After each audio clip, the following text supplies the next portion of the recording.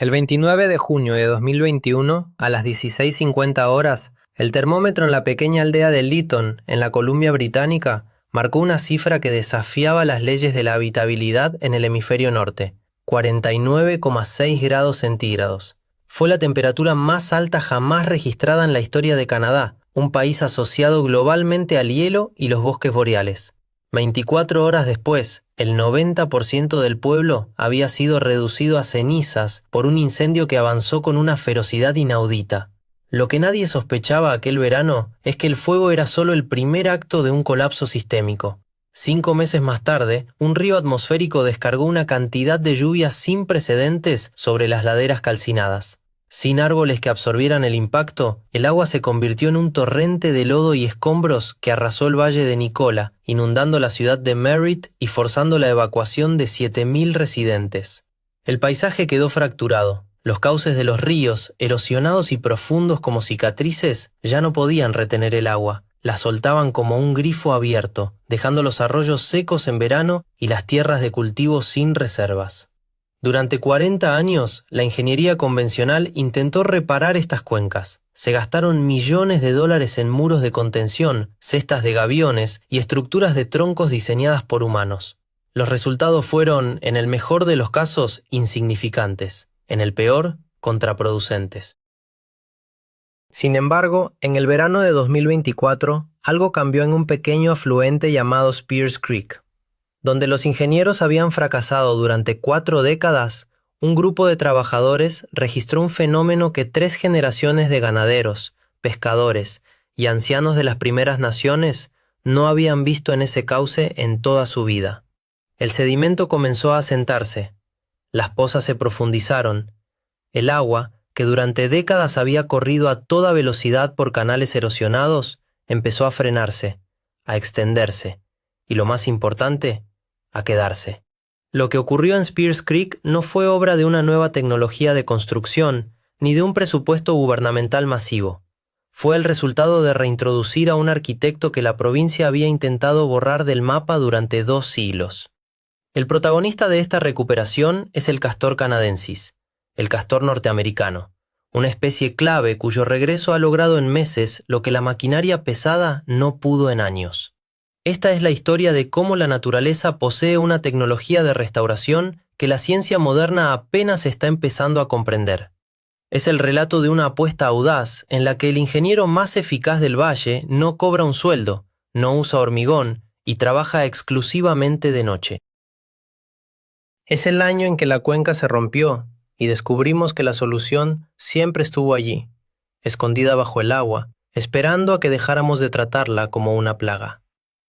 Para entender la magnitud de lo que acaba de suceder, hay que mirar las cifras del colapso del salmón. En la cuenca del río Thompson, las poblaciones de salmón cojo, chinook y steelhead han descendido a niveles críticos.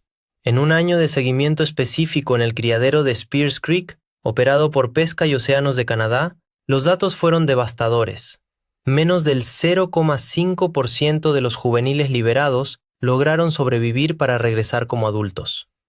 No era solo una mala temporada, era una extinción gestionada. El sistema estaba al límite, agotado por un siglo de malas decisiones y rematado por los desastres climáticos de 2021. Pero lo que las cuadrillas de campo documentaron en el segundo verano de un programa de restauración basado en castores desafió todos los manuales. En un territorio donde el agua solía desaparecer en agosto, dejando lechos de piedra seca y peces muertos, el nivel freático comenzó a subir. Las zonas de ribera volvieron a reverdecer. El contraste es tan violento que obliga a hacerse una sola pregunta. ¿Cómo es posible que un roedor pueda revertir un siglo de degradación industrial en menos de 24 meses? Para comprender la magnitud de lo que se ha recuperado en Spears Creek, primero debemos visualizar el mundo que se borró de la memoria colectiva. Antes del contacto europeo, los arroyos del interior de la Columbia Británica eran irreconocibles para el ojo moderno. No eran los canales estrechos y de flujo rápido que hoy cruzan los mapas. Eran sistemas hidrológicos masivos, una red interminable de humedales, canales laterales y pozas profundas y frías. Este paisaje no era un accidente geográfico, sino una construcción biológica. El arquitecto era el castor canadensis, cuya población en Norteamérica se estima que oscilaba entre los 60 y los 400 millones de individuos. En este sistema, el agua no pasaba simplemente hacia el océano, era retenida, filtrada y almacenada en el subsuelo. Los salmones coho, en particular, evolucionaron en este entorno específico. Necesitaban aguas lentas y profundas para que los juveniles pudieran crecer protegidos de las corrientes violentas del deshielo. El desmantelamiento de este motor ecológico comenzó con una demanda de moda en los salones de Europa. Durante los siglos XVIII y XIX, el comercio de pieles operó con una eficiencia industrial que hoy es difícil de concebir. Los castores fueron atrapados a una escala tan masiva que para principios de 1900 su población continental se había desplomado de cientos de millones a apenas 100.000 individuos. En vastas áreas de la Columbia Británica, la especie fue extirpada por completo. Lo que siguió no fue solo la pérdida de un animal, sino lo que los ecólogos llaman un colapso del libro de texto. Sin los diques de los castores para frenar la energía del agua, los arroyos comenzaron a comportarse de manera errática. Durante el deshielo de primavera, el agua corría con una fuerza destructiva que empezó a excavar el fondo de los lechos, un proceso conocido como incisión del cauce. Los arroyos se convirtieron en zanjas profundas, desconectándose de sus llanuras de inundación naturales. Esta desconexión física desencadenó una reacción en cadena invisible, pero letal. Al bajar el nivel del agua en el cauce principal, el nivel freático de los terrenos adyacentes también cayó. Los humedales se secaron, los bosques de ribera, compuestos por chopos y sauces que dependían de esa humedad, empezaron a raleares o morir. El paisaje, antes una esponja capaz de mitigar sequías e inundaciones, se transformó en una tubería de drenaje. Sin embargo, la tragedia más sutil fue el fenómeno de la línea base cambiante. 3 generaciones de ganaderos, técnicos forestales y biólogos crecieron y trabajaron en valles donde la actividad de los castores simplemente no existía. Se aceptó que los arroyos debían ser canales secos en verano y torrentes en invierno. Se invirtieron millones en infraestructuras de ingeniería gris, escolleras de roca, riprap, para evitar que los ríos erosionaran las carreteras, y criaderos artificiales para compensar la muerte de los salmones en la naturaleza. Se trataban los síntomas, la falta de peces, la erosión de las orillas, la escasez de agua para riego, pero nadie recordaba la causa raíz. La crisis alcanzó su punto de ruptura con el cambio climático. Las sequías se intensificaron y los incendios forestales, como el de Lytton en 2021, eliminaron la cubierta vegetal que aún retenía algo de humedad. En ríos como el Okanagan, la temperatura del agua comenzó a superar de forma recurrente los 23 grados centígrados, el umbral crítico en el que el salmón sockeye detiene su migración porque el calor es biológicamente insoportable. El sistema, que llevaba 100 años debilitado en silencio, simplemente se rompió. Las soluciones convencionales fallaron estrepitosamente porque intentaban estabilizar un sistema muerto mediante el uso de hormigón y acero. La ingeniería humana no podía replicar la dinámica de un ecosistema vivo que se adapta cada noche. En 2021, tras las inundaciones de la ciudad de Merritt que causaron daños por cientos de millones de dólares, la realidad se impuso. Las herramientas del siglo XX no eran suficientes para los desastres del siglo XXI. Durante 40 años, la ciencia había sugerido que faltaba una pieza, pero el marco legal y cultural de la provincia se resistía a escuchar. La inercia burocrática trataba a los castores como una plaga que obstruía alcantarillas y trozaba árboles frutales, mientras los ríos que ellos mismos habían construido morían de sed.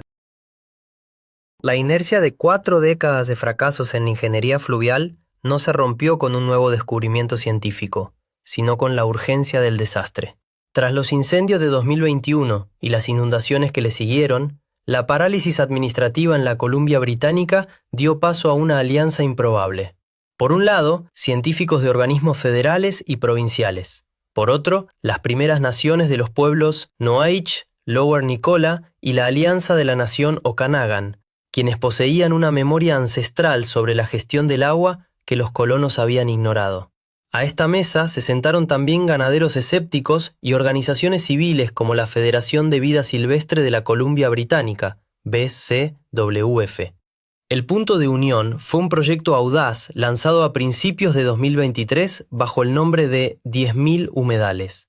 El objetivo era sencillo pero desafiante: construir 100 análogos de diques de castor en 3 años, para demostrar que la biología podía hacer lo que las máquinas no lograban. Para entender la tecnología aplicada, hay que observar el trabajo de campo en Gordon Creek o Spears Creek. Un análogo de dique de castor, BDA por sus siglas en inglés, no es una presa de hormigón. Es literalmente una fila de postes de madera clavados en el lecho del arroyo con ramas de sauce y pino entrelazadas entre ellos. El equipo de la BCWF, trabajando codo a codo con Morgan Jumbo, gestora de proyectos especiales de la banda india Noach, instalaba estas estructuras en apenas una tarde. A diferencia de las presas humanas, estas son permeables, no bloquean el agua, la frenan. La ciencia detrás de esto, impulsada por investigadores como Michael Pollock de la NOAA, sostiene que al ralentizar la corriente, el sedimento que el río arrastra comienza a depositarse, elevando el nivel del lecho y permitiendo que el agua se extienda lateralmente hacia los suelos secos de la ribera. Lo que nadie esperaba, sin embargo, era la velocidad con la que el ecosistema respondería. El momento definitivo de esta historia tiene nombres propios: Eda y Thor. En junio de 2024, estos 2 castores estaban marcados para morir. Se habían convertido en lo que la normativa provincial llama animales molestos, en unas granjas cerca de Merritt. Estaban derribando chopos jóvenes y desviando canales de riego, causando pérdidas económicas a los agricultores locales. Bajo cualquier otro protocolo histórico, habrían sido eliminados. En su lugar, fueron capturados y trasladados a la Sociedad de Rehabilitación de Vida Silvestre en Summerland, bajo la supervisión de su directora ejecutiva, Ava Hartman. A mediados de julio, en una operación coordinada con el Instituto Tecnológico del Valle de Nicola, NVIT, la pareja fue liberada en un afluente de Spears Creek que ya había sido preparado con análogos artificiales. El experimento era ver si los castores aceptarían la ayuda humana para establecerse. La sorpresa fue absoluta. En cuestión de días, Eda y Thor hicieron algo que ningún ingeniero de la provincia había logrado en 40 años de carrera. No solo aceptaron los análogos construidos por los humanos, sino que empezaron a modificarlos, extenderlos y en algunos casos a sustituirlos por estructuras reales mucho más complejas y efectivas.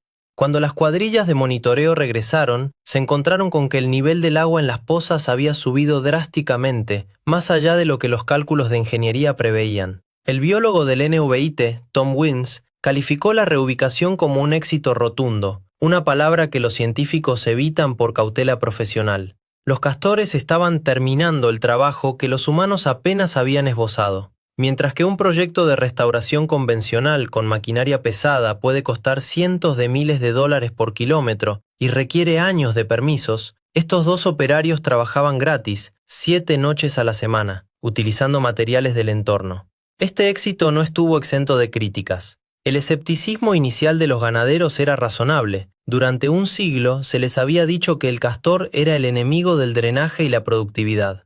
Un agricultor que perdió árboles ante Eda y Thor antes de su traslado no veía en ellos a los salvadores del ecosistema, sino una amenaza a su sustento. Sin embargo, los datos comenzaron a silenciar las dudas. Un estudio de 2022, publicado en la revista científica PLOS ONE, ya había confirmado, mediante el rastreo de etiquetas electrónicas, que los juveniles de salmón cojo y trucha steelhead no solo podían saltar estos diques, sino que los utilizaban como refugios vitales contra los depredadores y el calor extremo. En el campo, las cuadrillas documentaron que la temperatura del agua en las pozas creadas por Eda y Thor era varios grados más baja que en los tramos de canal abierto, creando oasis térmicos cruciales para la supervivencia del salmón en un valle que seguía registrando veranos abrasadores. La naturaleza no solo estaba siguiendo el plan, estaba superando todas las expectativas, demostrando que el método más barato y menos tecnológico era, paradójicamente, el más sofisticado. Al cierre de la temporada de campo de 2025, los resultados del programa 10.000 humedales han transformado la métrica del éxito en la restauración ambiental de Canadá. Lo que comenzó como un ambicioso piloto se consolidó con la instalación de 100 análogos de diques de castor en puntos estratégicos de la Columbia Británica, cumpliendo el objetivo provincial un año antes de lo previsto. Pero las cifras más impactantes no son las de las construcciones humanas, sino las de la respuesta hidrológica. En los tramos de Spears Creek y Bold Creek, donde operan Eda, Thor y los otros 7 castores reubicados, el agua permaneció en el cauce un promedio de 60 días más que en las décadas anteriores. Durante las olas de calor de julio, mientras los termómetros exteriores marcaban 35 grados centígrados, la temperatura en las pozas profundas creadas por los castores se mantuvo estable por debajo de los 18 grados, creando refugios térmicos donde miles de juveniles de salmón cojo y steelhead pudieron sobrevivir al pico del verano. El beneficio económico de este enfoque, técnicamente denominado restauración basada en procesos de baja tecnología, ha dejado en evidencia la ineficiencia de la ingeniería civil tradicional para estos fines. Un análisis de costos preliminar sugiere que el despliegue de castores y estructuras de madera cuesta aproximadamente 1/10 parte de lo que la provincia solía gastar en proyectos de estabilización de riberas con maquinaria pesada y escolleras de roca. Más allá del ahorro directo, han surgido bonificaciones que nadie incluyó en el presupuesto inicial. Se ha documentado que estos nuevos humedales actúan como cortafuegos naturales. Durante los incendios forestales de 2025, las zonas de ribera restauradas se mantuvieron como islas esmeralda de vegetación húmeda, proporcionando refugio a la fauna terrestre y evitando que el fuego cruzara los valles con la misma facilidad que en los cauces secos y degradados. Además, la recarga de los acuíferos ha comenzado a beneficiar a los pozos de riego de las granjas aguas abajo, estabilizando el suministro de agua para la agricultura en tiempos de sequía extrema. Sin embargo, la restauración ecológica no es un proceso libre de fricciones. El éxito de Spears Creek convive con una realidad económica y cultural incómoda para quienes habitan el territorio.